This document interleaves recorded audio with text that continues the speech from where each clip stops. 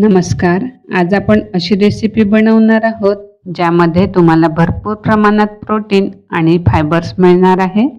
त्यासाठी आपण जास्तीत जास्त भाज्यांचा वापर करणार आहोत.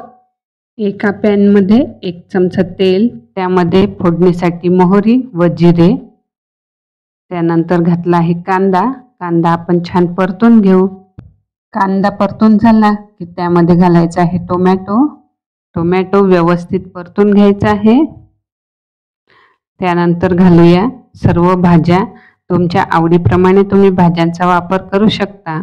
इथे मी पत्ताकोबी, गाजर, शिमला मिरची घेतली आहे. आता यामध्ये मसाले घालायचे आहे. मीठ, हळद आणि तिखट. मसाल्याचं प्रमाण तुम्ही तुमच्या आवडीनुसार कमी जास्त करू शकता. आता भाज्यांना आपण एक वाफ काढून घ्यायची आहे. आता घालायचे आहे मोड आलेले मूग 1 वाटी. आता झाकण ठेवून मूग आपल्याला शिजवून घ्यायचे आहे. इथे मी अर्धा चमचा पावभाजी मसाला व अर्धा लिंबू पिळून घेतला आहे.